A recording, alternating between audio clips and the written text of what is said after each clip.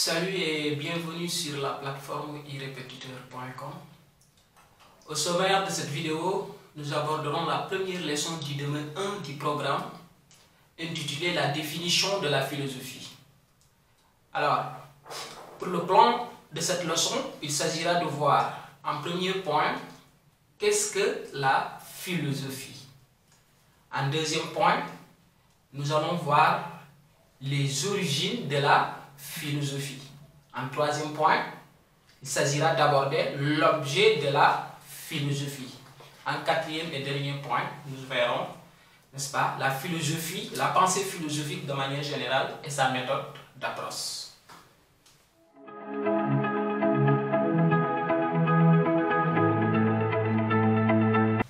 Alors, le premier point, c'est qu'est-ce que la philosophie? Alors, qu'est-ce que la philosophie? Répondre à cette interrogation, ça va être une entreprise difficile, impérieuse. Pourquoi? Parce que dans l'interrogation, qu'est-ce que la philosophie? Ici, la philosophie essaie, n'est-ce pas, de saisir son essence. Elle se cherche, elle veut se connaître.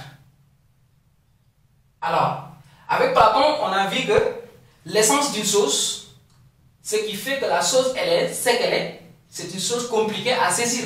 L'essence est toujours quelque chose de compliqué, quelque chose qui est difficile à saisir. Et alors, exactement, dans cette interrogation, la philosophie elle essaie de trouver, n'est-ce pas, son essence. Elle se cherche, elle veut savoir qui elle est exactement, dans cette interrogation. C'est la première difficulté qu'il faut rencontrer ici. La philosophie cherche son propre sens, son essence. Elle est qui exactement? Et donc, répondre à cette interrogation semble être une activité qui est impérieuse, une entreprise difficile. Parce que l'essence de la chose, l'essence d'une chose est une chose qui est compliquée à saisir. C'est une chose difficile à saisir, compliquée à saisir. Donc ça demande le temps d'une vie quand même. Si on était là, si on était là pour quand même saisir l'essence de la philosophie, dire exactement, au sens propre du terme, exactement qu'est-ce que la philosophie, ça nous prendrait le temps d'une vie quand même. Donc, la première grande difficulté qu'on a rencontrée à cette interrogation, c'est qu'il y a une impossibilité quand même de saisir l'essence de la philosophie. Ici, la philosophie se cherche, elle veut se comprendre, mais elle est incapable de saisir son propre essence, son propre sens. C'est la première grande difficulté qu'il faut noter ici dans cette interrogation. Et donc, l'exemple même de Gilles Lachenier, un jeune professeur sorti récemment de l'université, lors de son premier cours, un de ses élèves lui a demandé « Monsieur, qu'est-ce que la philosophie ?» Il dit ouvertement « Je ne sais pas ».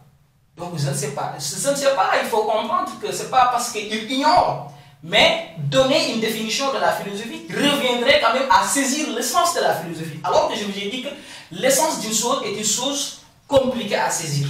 C'est une chose difficile à saisir. C'est une entreprise impérieuse. La question, qu'est-ce que même, c'est ce que ça indique. Ça indique à saisir l'être. Ce n'est pas la définition nominale, mais ça vise à saisir l'être.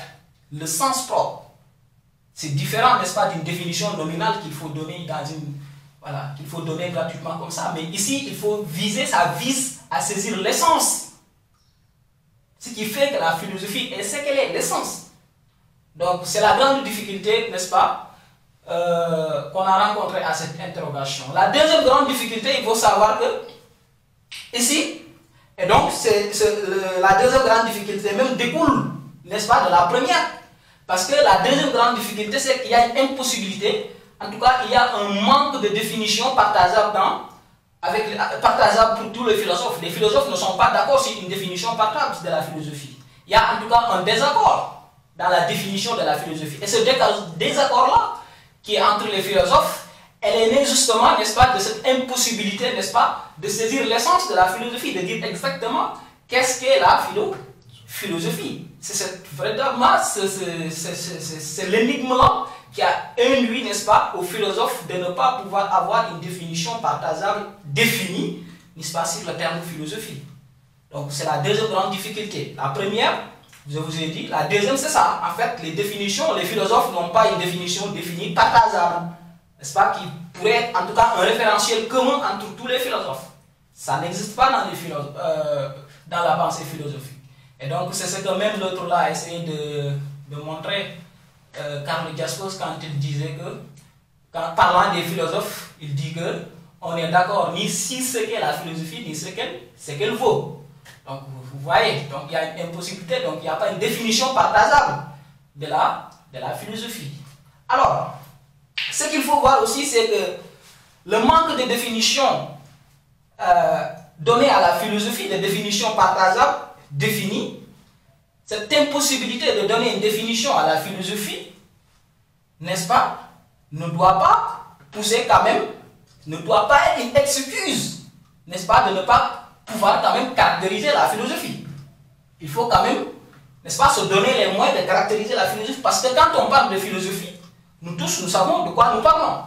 Franchement parler, nous tous, nous savons de quoi nous parlons. Donc, le manque de définition partageable, l'impossibilité de donner à la philosophie une définition partageable, ça ne peut pas être une excuse pour ne pas quand même donner, quand même du moins caractériser la philosophie. Donc, il nous faut caractériser la philosophie, en fait. Donc, caractériser la philosophie ici revient, en fait, de considérer la philosophie comme une activité de connaissance. C'est une activité de connaissance, mais qui, à la manière de l'art, ne produit pas des œuvres. C'est une activité de connaissance, mais à la manière de l'art, elle ne produit pas des œuvres. Parce que si vous voyez l'art, c'est une activité qui produit des œuvres. C'est une activité de connaissance qui produit des œuvres. Mais la philosophie est une activité de connaissance, mais qui ne produit pas d'œuvres d'art qui s'offrent à la contemplation quand même, par exemple. Des œuvres d'art qui s'offrent à la contemplation. La philosophie n'est pas dans ce domaine-là.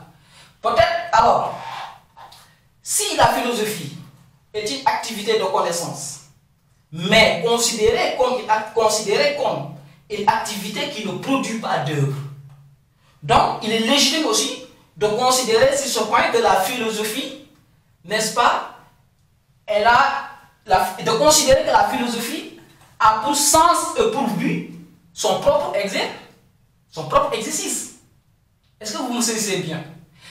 Si on considère que, à la manière de l'art, elle n'est pas une discipline qui produit des œuvres, l'on peut se permettre de considérer la philosophie comme une entreprise, une activité qui a pour sens et pour but son propre exercice. Et donc, même la définition étymologique même du mot philosophie, amour de la sagesse, donc l'exercice en vue de l'action. Un exercice en vue de l'action. Son propre exercice, il a pour but et pour sens son propre exercice. Mais que cet exercice soit, n'est-ce pas, quelque chose subordonné à l'action, en vue de mieux agir en fait, et de mieux vivre.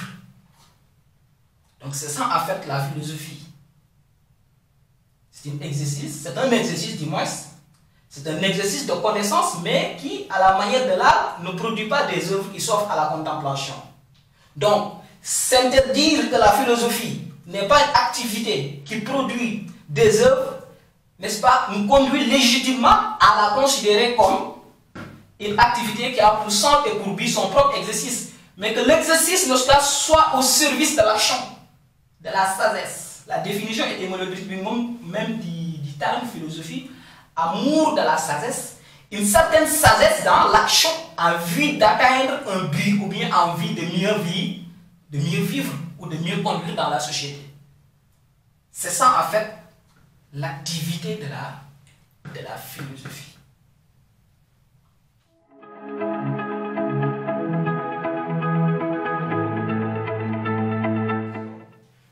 À présent, nous allons voir le second point, nous allons aborder le second point, c'est-à-dire les origines de la philosophie.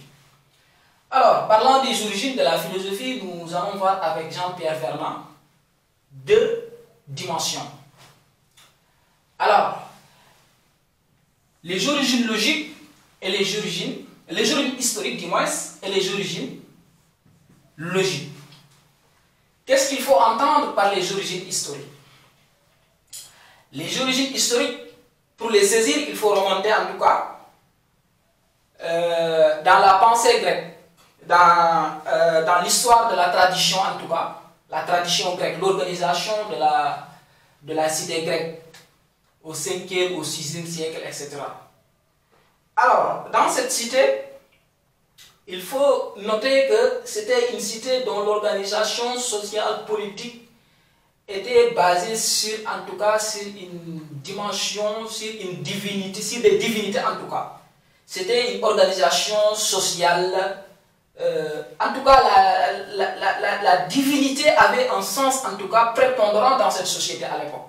C'était une société, en tout cas, divine, ou franchement parler, il n'y avait pas cette rationalité, la raison, en tout cas, ne faisait pas le poids là-bas.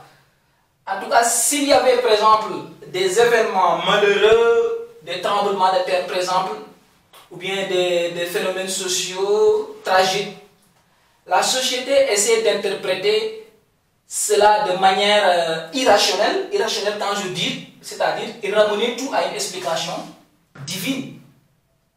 Ramener tout à une explication divine. C'est-à-dire que, par exemple, s'il y a un tremblement de terre, au lieu de voir les causes scientifiques de ce tremblement de terre, les habitants de cette cité grecque-là, elle essaie de comprendre ça comme être un dieu qui est effacé pour eux et qui serait, par exemple, à l'origine de ce tremblement de terre-là.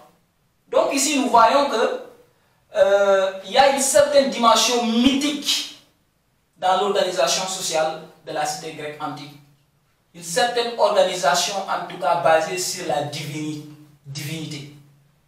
Alors, ça correspond à une période. C'est ce qu'on appelle précisément le rationalisme, la mythologie grecque. Ça, c'est ce qu'on appelle la mythologie grecque dans la chronologie du temps. C'est ce qu'on appelle la mythologie grecque. Après cette période, il y a ce qu'on appelle, il y a un peu de transition. Il y a des philosophes, ou bien même des penseurs, si je peux dire, parce qu'il fait trop de dire pour les philosophes. Il y a des penseurs, par exemple, à l'exemple d'Aleximandre ou d'Anaxagore, ça c'est ce qu'on appelle les pré-socratiques. Il y a des penseurs quand même qui ont surgi dans cette cité-là, où il y avait en tout cas une dimension mythique, des explications irrationnelles du monde et de la réalité. Ces philosophes-là, n'est-ce pas, ont surgi en tout cas pour donner une nouvelle dimension à l'approche du monde, une nouvelle interprétation à l'approche de la vie, Donc ces philosophes-là, ce sont les premiers, n'est-ce pas, sortis et manifestés, n'est-ce pas, une certaine rationalisation dans l'interprétation de la réalité. Par exemple, un philosophe comme, je ne sais pas, Anaxagore, lui, il considérait que, par exemple, en s'interrogeant sur l'origine du monde, il a essayé de dire que l'origine du monde, ça vient du feu. Je ne sais pas si c'est Anaxagore ou Anaxamène, mais en tout cas, ça m'échappe un peu. Mais en tout cas, on avait eu, en tout cas, ces philosophes-là, ce sont les premiers, en tout cas, à donner une explication rationnelle à la réalité. À expliquer d'une manière rationnelle le monde, à essayer de comprendre rationnellement le monde, et ne pas, n'est-ce pas, s'engouffrer dans des explications divines. Donc, ce sont les premiers, n'est-ce pas, qui se sont levés, n'est-ce pas, pour donner, n'est-ce pas, pour faire prévaloir la raison. Parce qu'au début, il n'y avait pas, en tout cas, cette raison. La raison ne dictait pas, en tout cas, sa loi à l'époque. La raison était complètement éclipsée. Tout se ramenait à des explications divines, etc. Donc, les phénomènes sociaux, politiques, etc., tout se ramenait à une explication divine. On n'essayait pas de comprendre rationnellement les choses. Donc, ce sont ces philosophes-là qui se sont sortis, en tout cas, pour en tout cas, donner une explication, donner une nouvelle dimension, en tout cas, à la cité, à l'organisation de la cité grecque. Maintenant, désormais, n'est-ce pas, les phénomènes, le monde va s'expliquer rationnellement, et ils ont essayé de donner le premier prémisse, n'est-ce pas, d'explication rationnelle, en essayant de comprendre l'origine du monde, en disant que ça vient du feu, ça vient de l'air, en tout cas. Donc, on a vu dans ces pensées une certaine dimension de rationalité, une certaine rationalité dans leur production, dans leur approche. Donc, au contraire de ce qu'on a vu auparavant. Donc, où tout se ramenait à des explications divines. Donc, on peut dire que la philosophie, n'est-ce pas, les premiers précurseurs de la philosophie, ce sont ces gens-là, Anaxagore, Anaximène et Aleximandre. Ce sont les trois grands philosophes, en tout cas les mieux en vue dans la pensée philosophique. Ce sont les premiers, en tout cas, n'est-ce pas, à essayer d'expliquer, donner une explication rationnelle aux phénomènes sociopolitiques, etc. Donc on peut dire que ce sont les précurseurs de la pensée philosophique. C'est des précurseurs, ce sont les premiers. Les présocratiques là sont les premiers, les précurseurs, n'est-ce pas, de la pensée philosophique.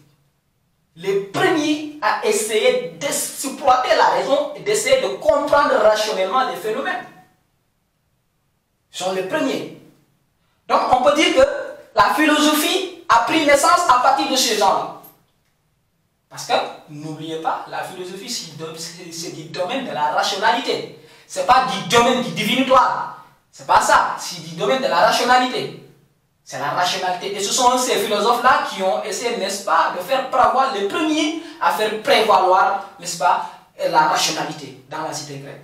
Et donc, on les considère comme les premiers, n'est-ce pas, à donner, n'est-ce pas, les premiers à donner forme, en tout cas, à la pensée philosophique. Alors, après ces gens-là, après l'origine historique qui se rattache avec ce que j'ai cité, il y a ce qu'on appelle les origines logiques. Les origines logiques, il faut comprendre les origines logiques comme la philosophie née de l'étonnement. La philosophie naît de l'étonnement. C'est ce qu'il faut voir dans origine logique. Alors, qu'est-ce qu'il faut comprendre? La philosophie naît de l'étonnement. S'étonner, la philosophie n'a d'autres origines. A-t-on l'habitude de dire? Qu'est-ce qu'il faut réellement comprendre par ça? Parce que ici, il faut comprendre un certain philosophe du nom de Socrate, un grand penseur, du nom de Socrate, un fervent savant, a trouvé dans l'organisation de la cité grecque antique, ça veut dire, vous voyez même, ça devait être, c'est une continuité en fait. Je vous ai dit sur le premier point qu'il y avait une organisation en tout cas divinatoire, une organisation en tout cas irrationnelle de la société. Je pense que c'est ce qui, c'est une logique qui est là. Maintenant, un certain penseur du nom de Socrate, n'est-ce pas? Socrate, c'est un philosophe grec, non? Un certain penseur du nom de Socrate a surgi dans l'organisation de la cité grecque. Il a trouvé que dans la cité grecque, les gens, les habitants de cette cité n'adoraient qu'à des dieux. Ils adoraient des dieux. Ils adoraient des dieux. Les dieux avaient une dimension extraordinaire pour les habitants de la cité grecque antique. Ces habitants-là, en tout cas, donnaient un pouvoir extraordinaire à ces dieux-là. Parce que ces dieux-là, de manière générale, ces dieux-là faisaient en tout cas dicter, par exemple, ces dieux-là, en tout cas, dicter, ou bien dicter l'organisation de la cité grecque antique, si je peux dire. Les habitants là, toute leur action en tout cas, ou leur fait, prenait naissance par exemple à partir de ces dieux-là. Ils adoraient uniquement ces dieux-là. Une adoration absolue. Maintenant, le philosophe Socrate est surgi pour s'opposer, en tout cas, à ces gens-là. Il est venu pour dire aux habitants de la cité grecque que vous, ce que vous adorez, ces dieux-là que vous adorez, ce n'est rien. Essayez de comprendre, essayez de se comprendre vous-même. Il ne faut pas donner un pouvoir à ces dieux-là. Ces dieux-là, c'est des choses insignifiantes. Essayez de vous comprendre vous-même, de connaître toi-même de Socrate, ça découle de là. Essayez de vous connaître vous-même. Au lieu de donner un pouvoir à ces dieux-là, d'adorer à ces dieux-là, essayez de vous comprendre. Essayez d'exploiter rationnellement votre raison et de comprendre, par exemple, les phénomènes sociaux. Est-ce que vous voyez? Donc, Socrate est le premier, en tout cas, à s'opposer, par exemple, à ces gens-là qui adoraient ces dieux dans la cité ou qui faisaient n'importe quoi avec ces dieux-là. Socrate est venu quand même pour s'opposer à ces gens-là. Et cela lui a valu une condamnation quand même, parce que on l'a condamné, rappelez-vous de l'histoire qui est rédigée dans l'apologie de Socrate. Il a été condamné pour impiété. Impiété, ça veut dire ne pas obéir au dieu de la cité. Il a été condamné. Il a été condamné pour d'impiété. Ne pas obéir au dieu de la cité et de corrompre la jeunesse.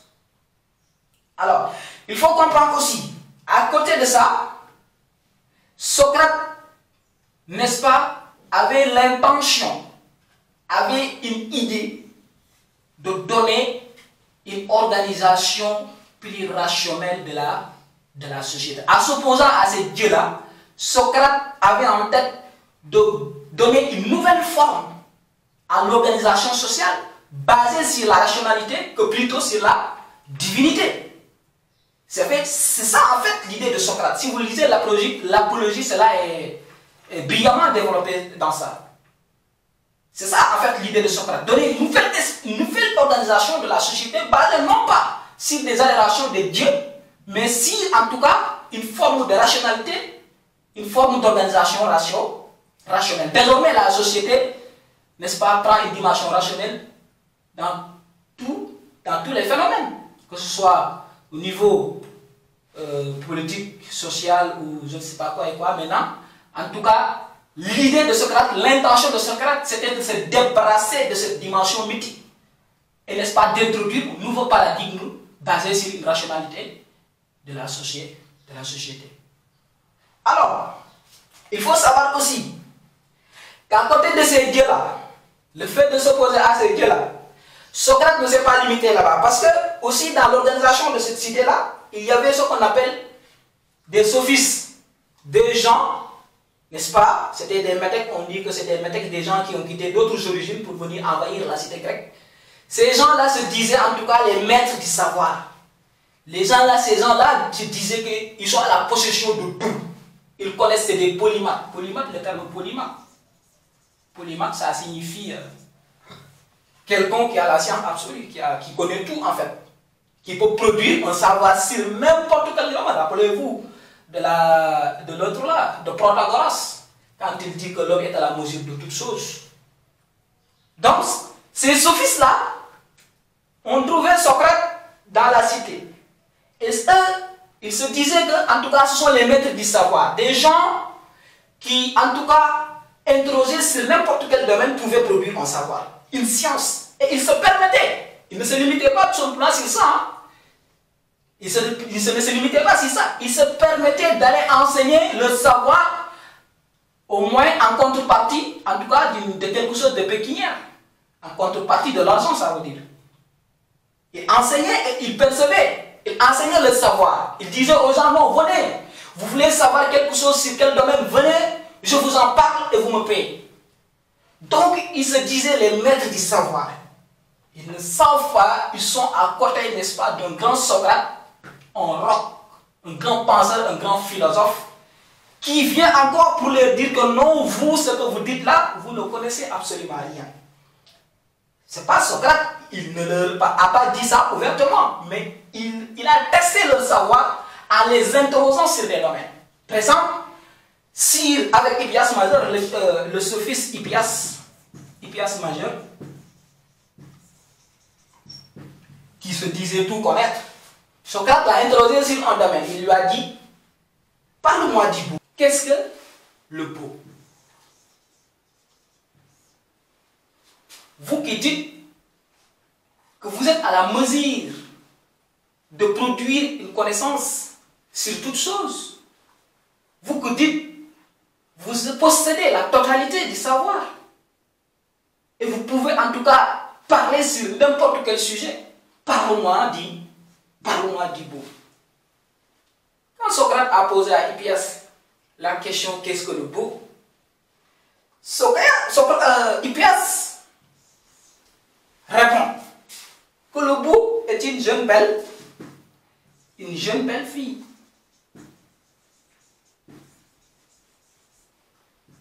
Hippias répond que le beau est une belle marmite. Il répond aussi que le beau c'est une jument, par exemple, une jument. Alors, Hippias a cru qu'il a donné de bonnes réponses. Alors que ce n'est pas là où carrément Socrate l'attendait. En posant à Hippias majeur la question qu'est-ce que le beau, Socrate s'attendait à une réponse qui vise à saisir l'essence du beau et non pas les particularités de beauté qui peuvent exister. Donc vous voyez, Socrate n'était pas du tout satisfait de la réponse. Il n'est pas satisfait de la réponse donnée par Hippias majeur. Et donc vous voyez le piège dans lequel Socrate a fait entrer à Hippias. Il a piégé carrément parce que lui il se disait qu'il est à la mesure de toutes choses.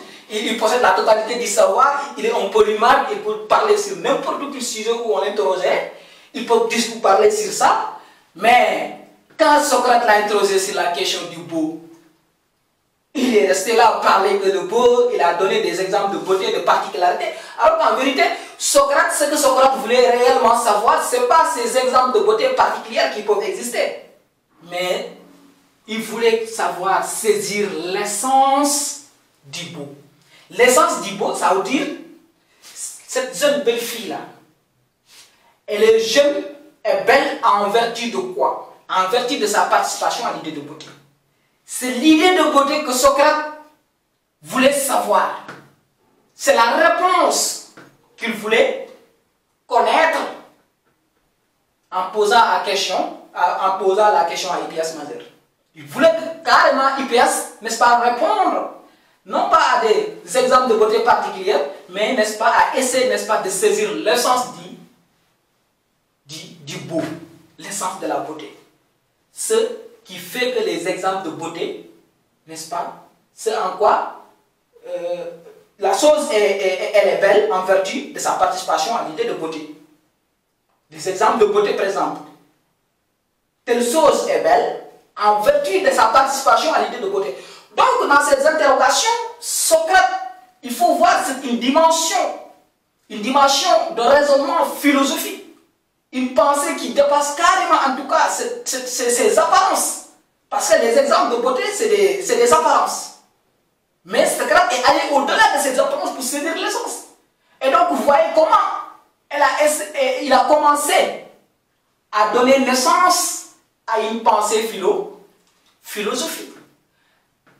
Comment il a commencé à donner naissance à la pensée philosophique en s'interrogeant sur les questions de beau, sur les questions de vertu, sur les questions de science. Qu'est-ce que la science? Qu'est-ce que la vertu? Qu'est-ce que la beauté? Qu'est-ce que le savoir? Qu'est-ce que la liberté?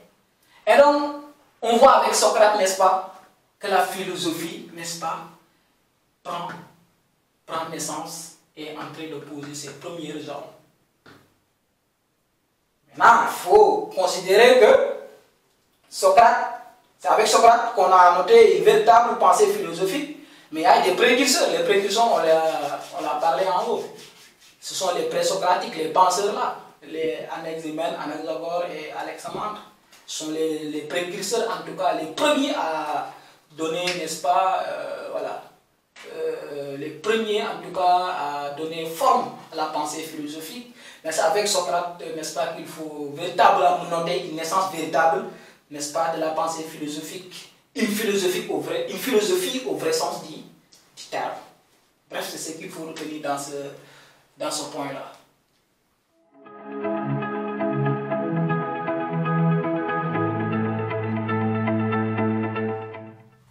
Alors, à présent, nous allons aborder le troisième point du cours, à savoir l'objet de la philosophie.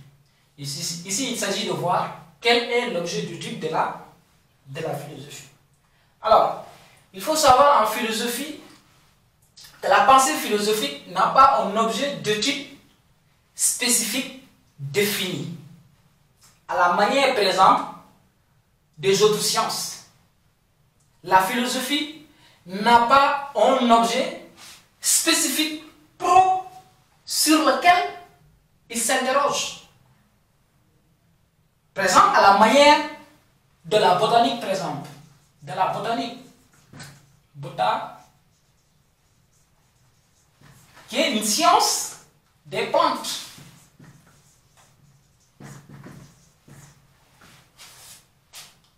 Ou des mathématiques qui sont des sciences sur le nombre et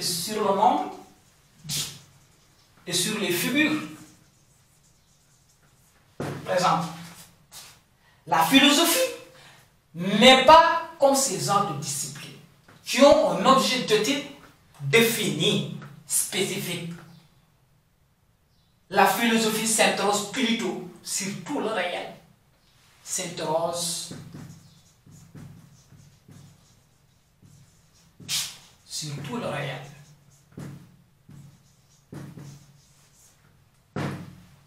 Il s'interroge sur tout. La philosophie s'interroge sur la vie. Elle s'interroge sur la santé, par exemple. Elle s'interroge sur la mort. Elle s'interroge sur Dieu. Qui est Dieu? Elle s'interroge sur la liberté. Et donc, vous voyez, il y a une infinité d'objets sur lesquels la philosophie essaie, n'est-ce pas, de comprendre. La philosophie essaie de s'interroger. Donc, on peut dire que la philosophie s'interroge sur tout. Elle n'a pas un objet défini, là, spécifique, auquel, n'est-ce pas, elle s'interrogerait. À la manière, par exemple, de la botanique, qui s'interroge sur la plante ou des autres types de disciplines que vous connaissez. Mais la philosophie, n'est-ce pas, est une exception. Elle s'interroge sur tout. Il n'y a pas un domaine, n'est-ce pas, où la philosophie ne s'interroge pas. Elle s'interroge sur tout. Et donc, même quand on a abordé le premier point du cours, la difficulté même de donner une définition à la philosophie, ça tient aussi compte de ça. Ça tient lié de ça. Le manque d'objets de type spécifique qu'on pourrait attribuer à la philosophie. L'impossibilité aussi de donner une définition spécifique, ça peut tenir aussi compte de ça. Le fait qu'on n'a pas un objet de type spécifique à donner, à attribuer à la pensée philosophique. Ça aussi, ça peut tenir à ça. Donc, de manière générale, on peut retenir que la philosophie s'interroge sur tout. Il n'a pas un objet de type spécifique, il s'interroge sur tout le réel, tel que la vie, la santé, la liberté, la mort, Dieu, tout. Elle s'interroge sur tout. Elle n'est pas limitée. Toute tentative de limiter, de définir des limites à la pensée philosophique est vaine. C'est une pensée transversale.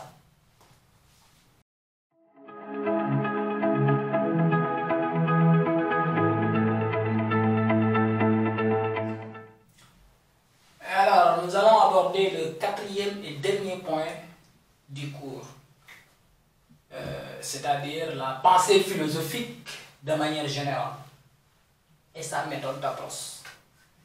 Sa méthode d'approche, surtout ça, c'est très important. Alors,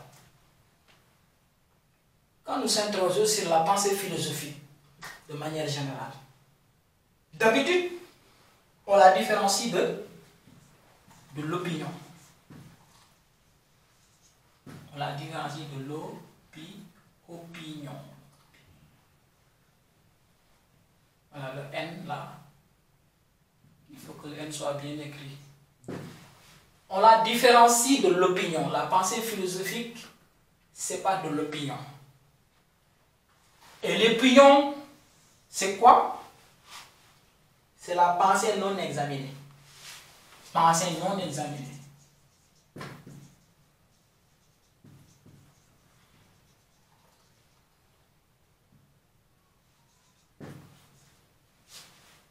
c'est une pensée non examinée. Une pensée non critique. Une pensée que l'on se partage sans réflexion préalable. C'est ça qu'on appelle opinion. À la différence de la pensée philosophique. La philosophie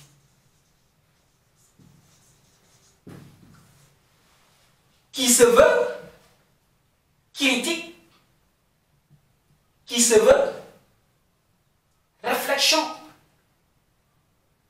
La philosophie ne se contente pas des vérités acquises et établies, mais elle évalue, critique avant d'admettre. À la différence de l'opinion, vous savez, je vous ai dit que l'opinion, c'est une pensée non examinée. Elle admet sans critique, sans rien. Donc c'est une pensée qui est partagée généralement. Mais la différence avec la philosophie, c'est que la philosophie, toute vérité que la philosophie épouse, est une vérité qui est d'abord soumise au laboratoire de la raison critique. C'est une vérité qui est d'abord un résultat, n'est-ce pas, de tout un travail critique. Donc la philosophie se veut critique, se veut réflexion, se veut évaluation de toute connaissance, de quelque bord qu'il puisse sortir. Et donc vous voyez la différence, c'est ça la philosophie. Elle ne se contente pas des apparences, elle ne se contente pas des vérités déjà établies, elle ne se suffit pas, mais elle évalue, s'interroge et critique avant d'épouser. Et donc, vous voyez carrément la différence qui s'opère ici. Alors maintenant, il s'agit maintenant de voir quelle est sa méthode d'approche. Quelle est la méthode d'approche de la philosophie après avoir dégagé, n'est-ce pas, sa différence, sa spécificité. Il s'agit maintenant de voir sa méthode d'approche. Quelle est la méthode d'approche de la philosophie? Méthode d'approche.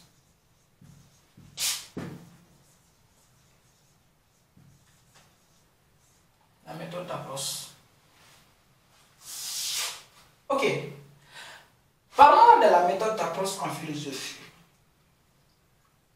Contrairement aussi aux autres types de savoir, par exemple, le savoir mathématique. Nous partons toujours des exemples pour étayer nos propos. Le savoir mathématique présent, qui s'élabore au sein présent d'une axiomatique. Une axiomatique.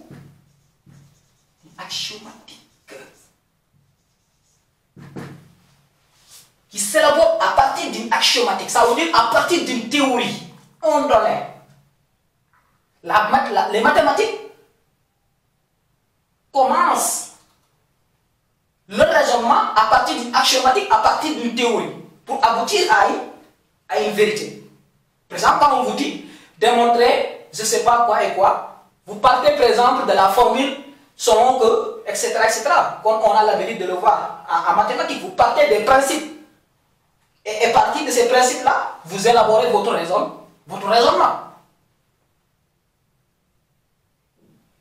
Eh bien, c'est tout le contraire qu'il faut noter dans l'approche philosophique. À la différence, par exemple, de la mathématique ou des mathématiques qui s'élaborent au sein d'une axiomatique, la philosophie construit, élabore son raisonnement à partir du donné lui-même. Est-ce que je me fais comprendre? Je m'explique. Par exemple, quand je prends l'exemple d'un sujet donné, par exemple, quand je prends l'exemple d'un sujet, d'abord, je vais essayer de prendre l'exemple du raisonnement mathématique avant de donner le raisonnement philosophique, pour que ce que je dis puisse être clair. Par exemple, en mathématiques, on vous dit A plus B, le tout au carré. En mathématiques, on vous dit démontrer ça. La formule A plus B, le tout au carré. Maintenant, vous savez que ça, c'est une formule. On vous dit calculer ça. Maintenant, en calculant cela, vous partez d'une axiomatique, donc donnée. Et le donné, c'est quoi? On sait que la formule nous dit que A plus B, le tout au carré, est égal à A au carré plus A plus B, A au carré plus 2AB, plus B au carré. Vous partez de ce donné-là. Et à partir de ce donné-là, vous élaborez les chiffres qui sont là et vous remplacez. Vous remplacez et vous trouvez automatiquement le résultat. Et donc, dans le raisonnement, vous n'êtes pas parti du donné lui-même, mais vous êtes parti d'une théorie, donc notre donné, pour pouvoir aboutir, pour pouvoir raisonner correctement. Est-ce que le donné premier, il est là. A plus B, le tout au carré. Mais vous n'êtes pas parti de ce donné-là pour arriver à votre résultat. Mais vous êtes parti d'un axiome, d'un donné, qui consiste à dire que, à chaque fois que je vois cette formule-là, il faut que j'établisse la règle là. A plus B, le tout au carré. Et donc, vous voyez, en mathématiques, quand on vous donne la formule A plus B, le tout au carré, pour répondre à cette question, il nous faut poser la règle qui consiste à dire que quand je vois ça, la règle c'est A plus A au carré plus 2AB plus B au carré. Tout se passe comme si la réponse est déjà donnée. L'interrogation qui est posée ici, tout se passe comme si elle est donnée dans la règle qui est là. Parce que je n'ai fait qu'appliquer une règle et trouver ce que je cherchais ici. Alors c'est tout le contraire quand même qu'il faut noter dans le raisonnement de la pensée philosophique. La philosophie raisonne pas autrement.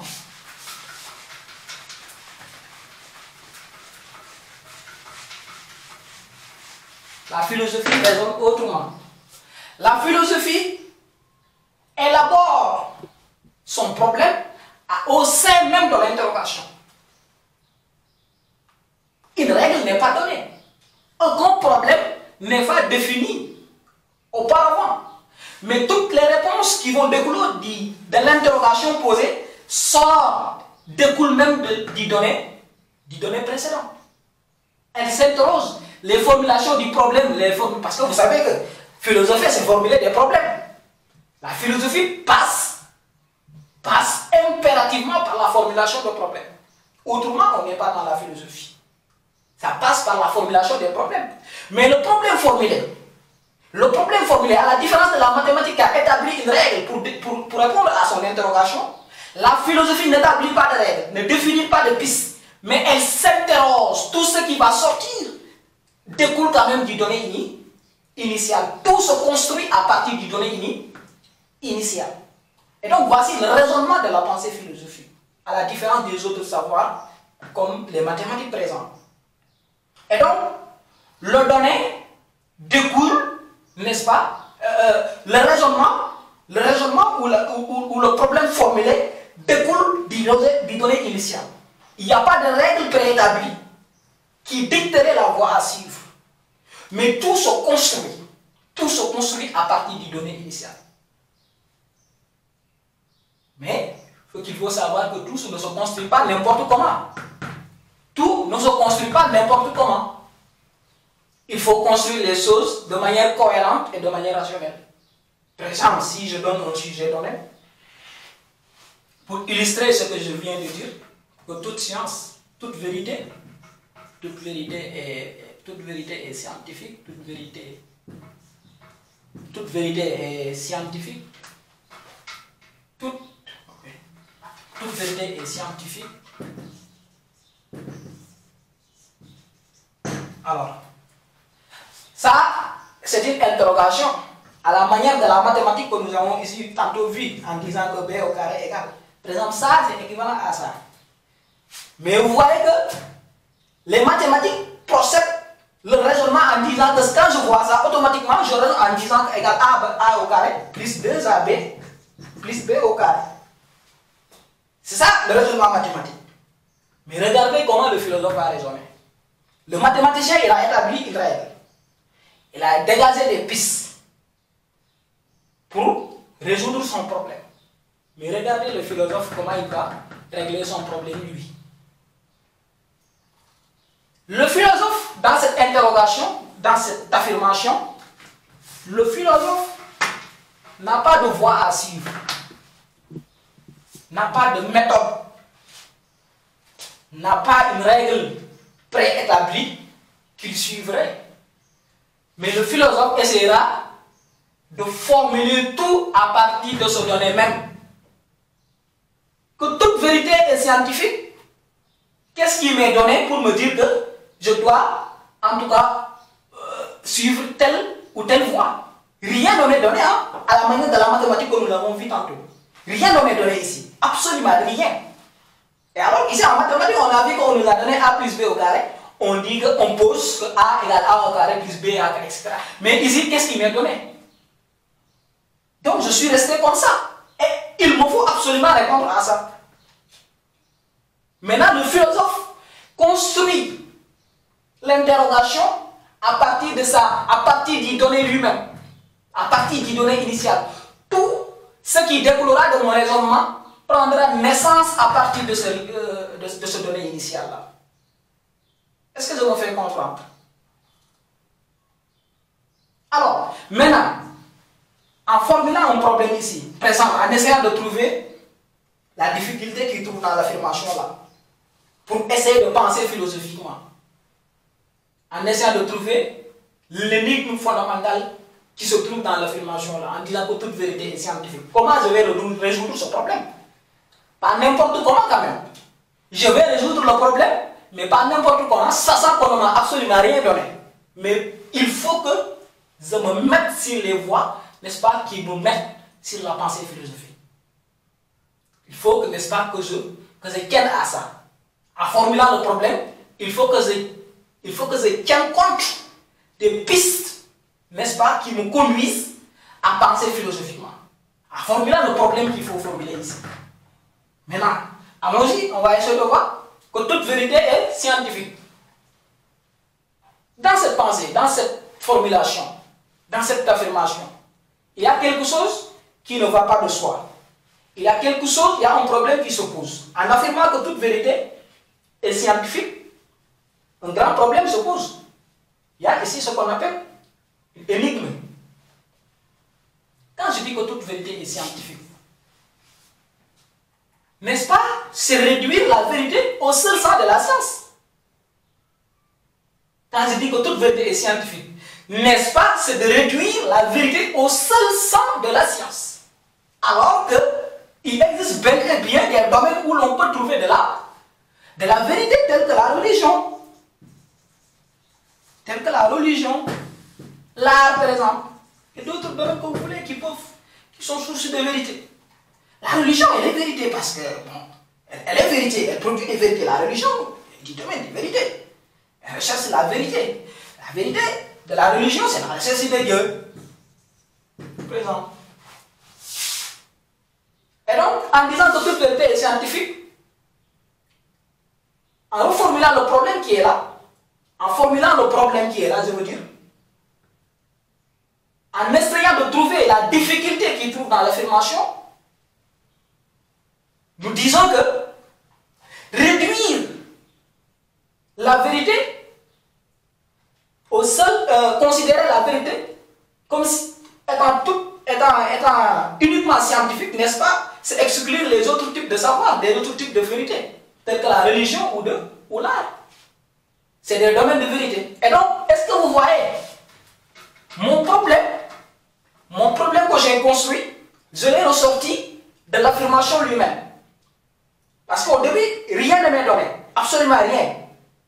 Aucun raisonnement, aucune règle ne m'est donnée pour dire que je vais aboutir en disant que considérer la vérité comme scientifique, n'est-ce pas, c'est exclure, n'est-ce pas, les autres domaines de production de vérité. Vous savez que ça ne m'était pas donné. Mais c'est par réflexion que je suis arrivé à formuler ce problème-là. Et donc, vous voyez que nous sommes partis donc donné pour découler à un problème. Mais que ce problème-là n'a pas pris naissance à partir des règles établies, que je suivrai bêtement comme ça, mais ce problème-là découle à partir du donné lui-même. Ça découle du donné, de l'intitulé, du sujet. Et donc, la philosophie, c'est la recherche quand même. Là, c'est la recherche. Et donc, l'on se met véritablement à philosopher que si l'on essaie de formuler des problèmes. Autrement, on ne fait pas de la philosophie. On vous donne un sujet, n'est-ce pas? On vous donne un sujet donné. Avant de faire n'importe quoi, il faut essayer de trouver un problème dans le sujet, de formuler le problème. Non pas en partant, par exemple, des considérations inutiles ou des considérations qui n'ont aucun rapport avec la philosophie pour raisonner sur le sujet, mais il faut partir du sujet lui-même. C'est simplement en partant du sujet qu'il faut véritablement formuler le problème. Si vous formulez un problème en partant, par exemple, des autres considérations, vous risquez de passer à côté. Vous risquez de passer à côté. Donc, le raisonnement philosophique, l'approche philosophique est une approche qui se veut problématique. C'est une approche, ça rentre carrément dans la formulation de problèmes. Quand on fait de la philosophie, on formule des problèmes. En philosophie, on a affaire à des problèmes. C'est les problèmes, n'est-ce pas, qui donnent le sens à la philosophie, qui donnent sens à la pensée philosophique. Donc, vous voyez que l'approche philosophique est un peu différente des autres types de savoirs. Les savoirs en mathématiques, comme nous l'avons vu, avec les données qui nous sont données, les axiomes, les théories qui nous sont données, et à partir de ces théories-là, on élabore nos raisonnements, mais la philosophie, elle te laisse comme ça, elle te pose un problème et elle te laisse, c'est à toi d'aller décortiquer ce qu'il t'a dit.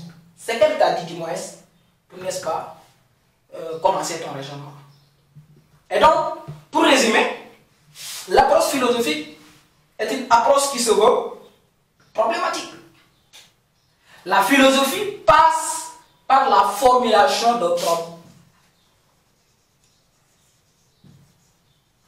Par la formulation de problèmes. Passe par la formulation de problèmes.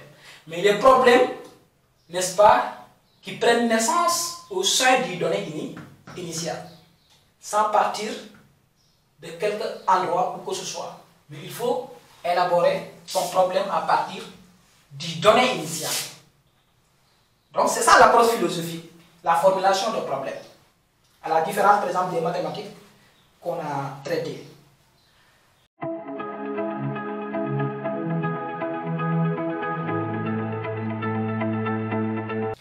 Alors, nous arrivons au terme de cette vidéo qui portait sur la question de la définition de la philosophie du domaine 1 du programme de terminale. Alors, dans la leçon, on a vu en premier point, qu'est-ce que la philosophie? En deuxième point, on a vu quelles sont les origines de la philosophie. En troisième, on a vu l'objet de la philosophie. En quatrième et dernier point, il s'agissait de voir la pensée philosophique de manière générale et sa méthode d'approche. Nous vous recommandons de consulter le cours complet et la fiche de synthèse disponible dans la plateforme. Vous pouvez aussi mesurer vos connaissances à travers des exercices proposés. Au revoir et à très bientôt pour une nouvelle vidéo.